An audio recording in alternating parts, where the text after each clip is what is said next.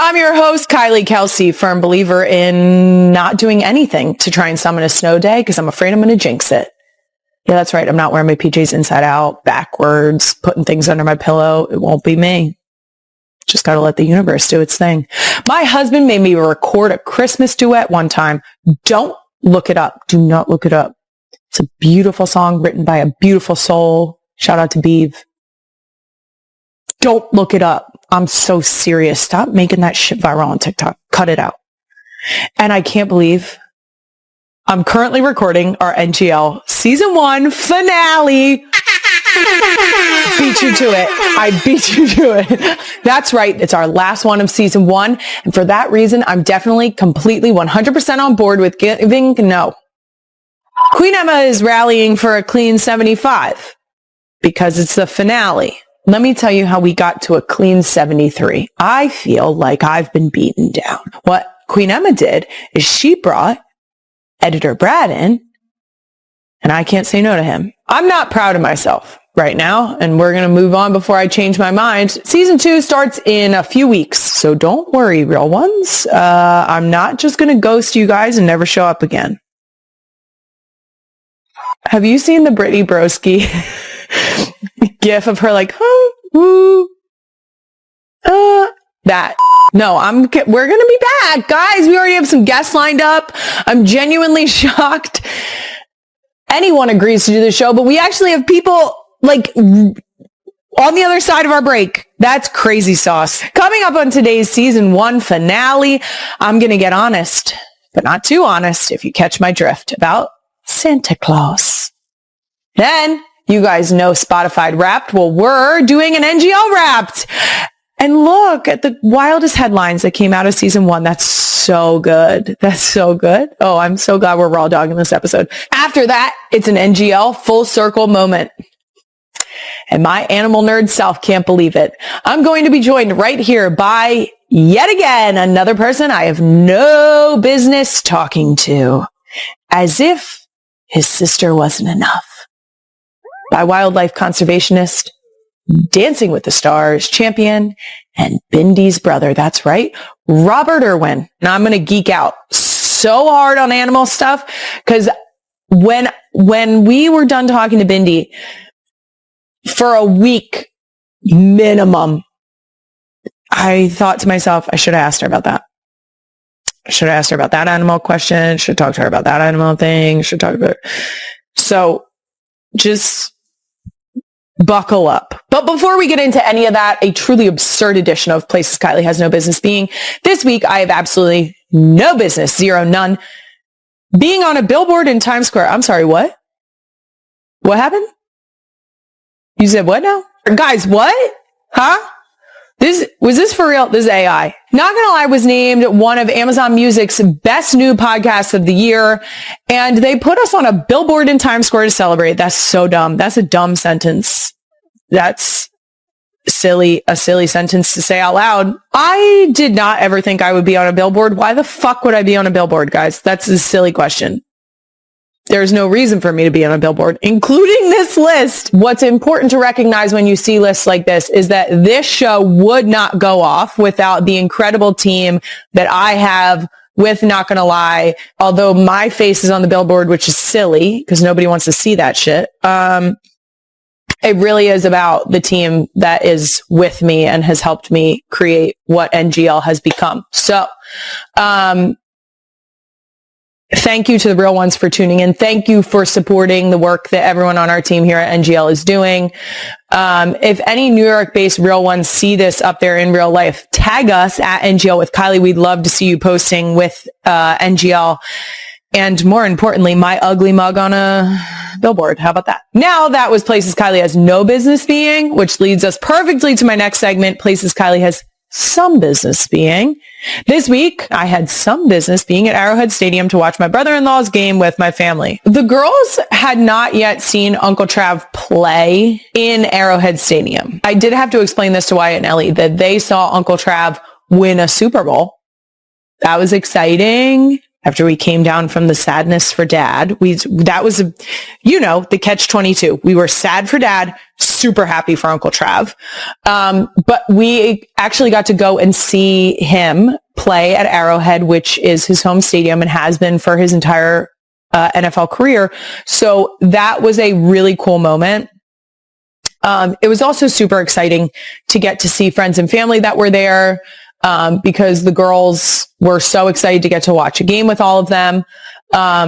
They are not that interested in football, to be quite honest with you. They actually yell at us anytime we try and put football on the TV, and only get on board after a little while of realizing that they can freely yell. Finny slept for like an hour and a half there, so she's a real one.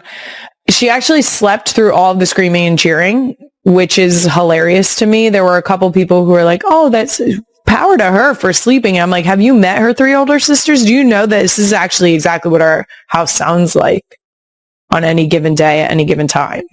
So she feels very at home here.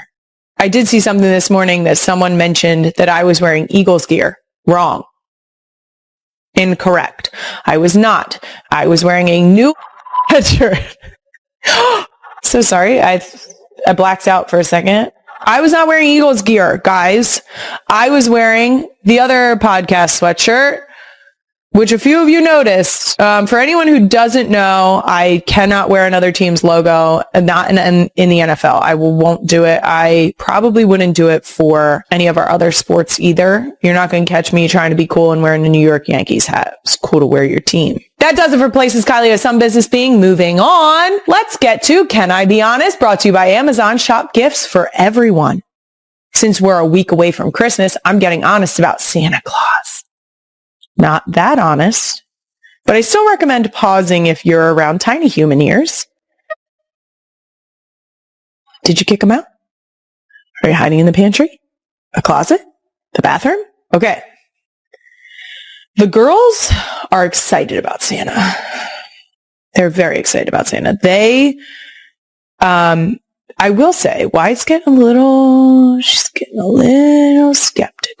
I think she is very much the type of child who puts enough thought into things where very soon I fear we will be posed the question, how does he do it? Which my answer is always going to be magic, because that's the only feasible answer. Now, I have not taken them to meet Santa, mostly because, let's be honest, I'm a germaphobe. Not me letting you into my anxious thoughts. I do think that the girls might not cry about sitting on Santa's lap or sitting next to him in his little sleigh chair. I don't think they would like it, but I don't think they would cry. Finny would, for sure. Finn would cry immediately. She doesn't care for other people. It's really great for me. Jason has not yet dressed up as Santa for the girls, and I think we're past that. I think the minute Jason dresses up as Santa, Wyatt's going to be like, clocked. We can't risk it. Also, I'm not sure if anyone else does this, but this time of year, I will absolutely use Santa to my parenting advantage. Okay? This was so sad. Oh my God, this was so sad. I'll call Santa. Okay? Sometimes you need a direct line. Okay? I know Emmy's here and the song says Santa's always watching. Okay? He knows when you're sleeping, knows when you're awake. Little creepy, but he's watching. Okay? Sometimes you got to get the direct line. Okay? Sometimes you got to hotline that shit to Santa. In an effort to make it believable, because like I said, I have one that's a little skeptical. I searched to find a graphic of a phone calling Santa. In other words, if I were to be like, I'm really on the phone with him, it would be like a number and like clearly a hang up button to end a phone call. I'm in the thick of it. Okay. So I think we've successfully created a graphic that will allow you to tell the same lie, because I did not feel as though there was sufficient graphics available on a quick search of the internet. So we're going to hand it to you. I want you to screenshot this and use it as like look, I'm actually on the phone with him. No, Santa, I don't know. We were just calling to check if they're on the naughty or nice list. When we did this to Benny, I felt very guilty. She cried while eating her pasta, cried. And then I had to get down on my knees in front of her and explain to her that I swear Santa said she was on the nice list. It was so sad. So make sure that I think you should do this in a positive way first, which we weren't even it wasn't even like a threatening situation. We were just like, you got to eat your dinner. You have to sit at the table at least. And when she kept trying to get up from the table, I was like, I think I'm going to have to call Santa. Wrong. I will tell you, though, he can't talk to kids. That's an important point. You have to say that, you're a grown-up calling. Yeah, it's just, dicey. And last thing on Santa, I have it on very good authority that, like us parents, Santa is also rushing around like crazy this time of year. But the good news is we all have help if we need it. And not just from the elves. Amazon will wrap and deliver all the gifts on your list and make last-minute gift shopping possible.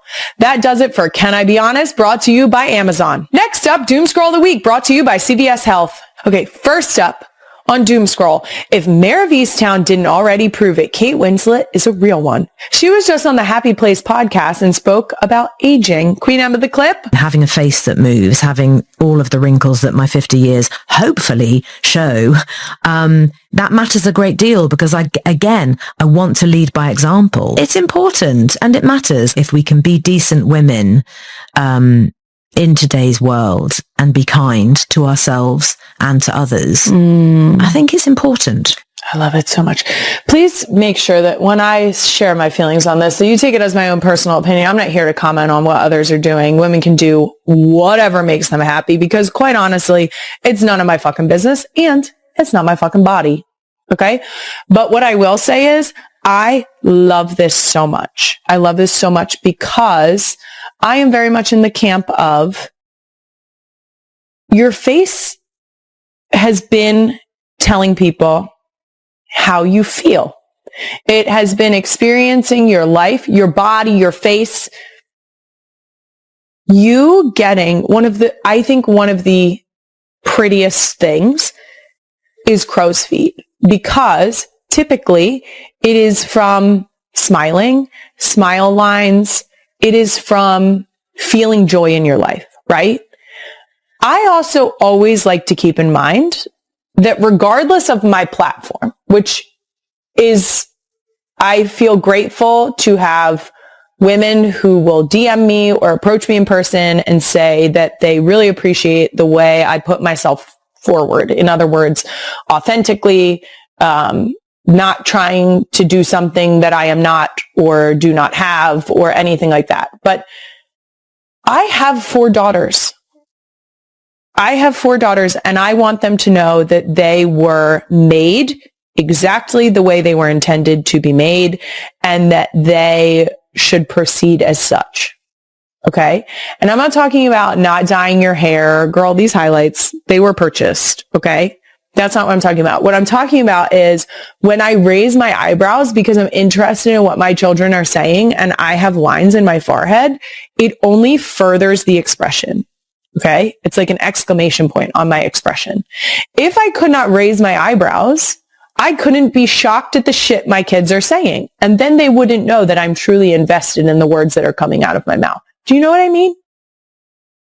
And on top of that, when they get into their 30s, I want them to be like, you know what? Mom had wrinkles then too. 'Cause I do. And I earned these suckers. Okay? And I'm going to keep them. 'Cause I like them. Not all the time. Because sometimes I'm like, oof, girl, you are not 24. But you're fucking right. Oh my God, am I admitting that I'm not 24? You're right. I'm not 24. I'm 33 years old. And this is how my face looks. Okay? This is how I look. And I hope that my daughters and other young women can say confidently that that is how they look. And if they want to plump their lips or freeze their forehead, power fucking to them. But I would like more women to know that it doesn't have to be the new status quo. So, Kate Winslet, you nailed that. I love that. We should keep saying that.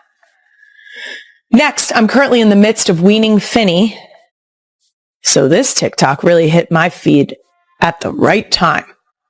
I swear to God, they know. It says cutting your breastfed baby off, and she runs to her daddy to tattle on you. Chocolate milk. Doesn't cut it. Daddy, booby is what she's saying, in case you were wondering. You may have chocolate milk. This is what I'm going to tell you. I sent this video to Queen Emma, and I said, comments. Okay? Because at first, I was sad, right? Sad. This baby's sad. But this is where it went a little sideways, and I, like always, booked it to the comments. Okay? The first comment that I saw was, we all saw the straw. We're all on Team Mom. Okay? For my audio listeners, the straw is crimped like a fucking piranha went at it. Okay? Like someone was just like a hydraulic press. Okay? Like someone hydraulic pressed the top of the straw. Okay? That shit is banana. It looks like it was steamrolled like a fucking fresh concrete. Okay? This thing is crimped so fucking hard. And you know what? For those of you that have not arrived at the destination, that could have been Mom's nipple. Okay? I would have cut her off too. Now, weaning is not going great because it's not going, but Finn's about to cut a tooth. Okay? And as selfish as this may sound, that's where I draw the line.